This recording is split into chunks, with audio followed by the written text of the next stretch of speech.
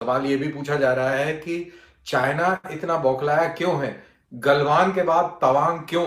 जब गलवान में उसके सैनिकों की पिटाई हुई और नुकसान झेलना पड़ा, और इसकी सारी तस्वीरें लोगों ने शी जिनपिंग के जो कांग्रेस का, जो चाइनीज कम्युनिस्ट पार्टी के कांग्रेस का जो अधिवेशन हुआ था अक्टूबर के महीने में, हमने देखा कि वहां पे गलवान में जो कर्नल जख्मी हुआ था, जो मौत के मुंह से बाहर निकल के आया है, जो इलाज कराने के बाद में वो किसी तरह वो जीवित बच पाया गलवान के लड़ाई के बाद, उसने सारे कम्युनिस्ट पार्टी मेंबर्स को ब्रीफ किया। और जब वो बात कर रहा था, कहते हैं कि उसकी आंखों में आंसू आ गए, रोने लग गया, और काफी लोग भावुक हो गए इस बात को देखकर।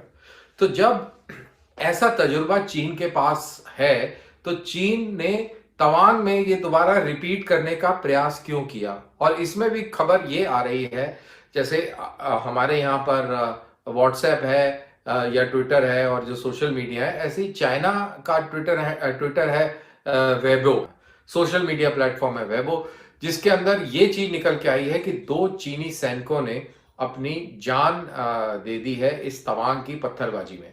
अब ये पत्थरबाजी 9 तारीख को हुई। हमको ये समझना पड़ेगा कि वो 4 ऐसी कौन सी चीज है जिससे वो चीन परेशान हो गया है।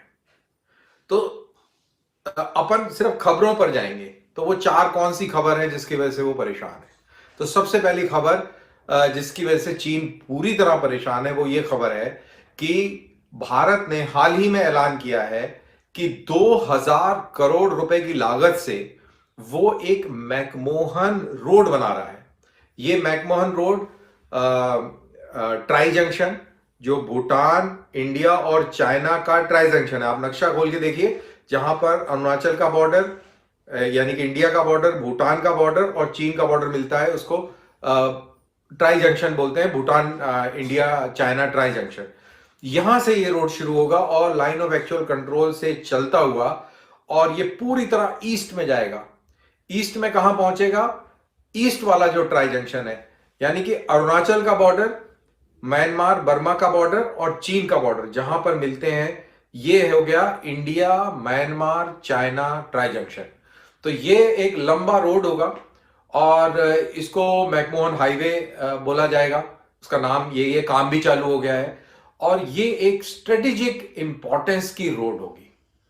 स्ट्रेटेजिक इंपॉर्टेंस किस लिए होगी कि अभी फर्ज करो आपको तवांग से और ईटानगर जाना है, तो इसके लिए पहले आपको तवांग से तेजपुर आना पड़ेगा, तेजपुर से फिर तेजपुर यानी कि असम, और उसके बाद तेजपुर से आप ईटानगर जाएंगे। तो आप एक ही स्टेट में होके आप अपने कैपिटल तक नहीं जा सकते, क्योंकि वहां की पर्वत श्रृंखलाओं का बनाव की छोटे टाइम पीरियड में एक जगह से दूसरी जगह ले जाकर भारत की मुश्किल बढ़ा सकता है। लेकिन जब ये रोड बन जाएगी तो हम चाइना की मुश्किल बढ़ा देंगे। जो एडवांटेज चाइना का था, वो चाइना का एडवांटेज नलीफाई हो जाएगा और इंडिया का एडवांटेज बढ़ जाएगा। तो ये एक बहुत इंपॉर्टेंट रोड इंडिया बनाने जा रहा है, तो इससे चीन परेशान है। अब दूसरी चीज इंडिया अमेरिका के नजदीक आते चले जा रहा है। क्वाड वाला सीन चल रहा है, इंडो पैसिफिक रीजन के अंदर भारत का वर्चस्व बढ़ता जा रहा है, इंपॉर्टेंस बढ़ती जा रही है। और अमेरिका ने अभी 1-2 दिन पहले ही वहां पे किसी खास व्यक्ति ने यह कहा है कि इंडिया एक रीजनल पावर है। तो इंडिया एक रीजनल पावर है, ये चीज भी उनको पसंद नहीं आ रही। सबसे पहली न्यूज जी हम आपको देंगे भारत से, यानी कि भारत से, लेकिन उसके साथ साथ भारत के साथ साथ चाइना से भी।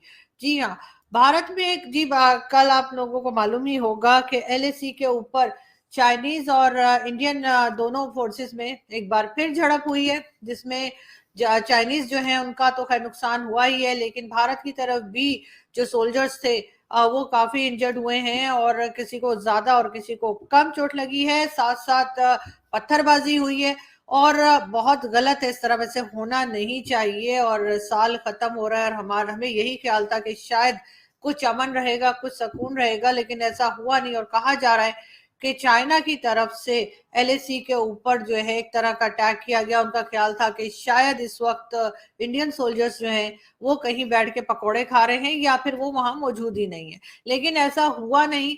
और बहुत जबरदस्त तरीके से इंडियन फोर्सेस ने ना सिर्फ ये कि चाइनीज फोर्सेस को रोका, बल्कि जो पत्थरबाजी वगैरह हुई उसमें कई लोग जख्मी भी हुए, जिनमें इंडियंस भी शामिल हैं और चाइनीज भी।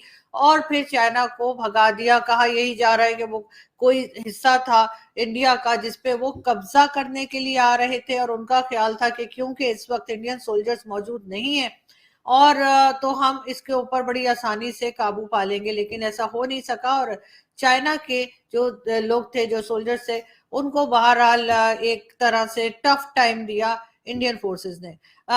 हमें खैर दोनों से ही हमदर्दी है, और मैं यही कहूंगी कि इस किस्म की हरकतें नहीं होनी चाहिए, क्योंकि ये चीजें हम पहले ही भुगत रहे हैं। अफगानिस्तान साइड पे पाकिस्तान और अफगानिस्तान के दरमियान जो कुछ चल रहा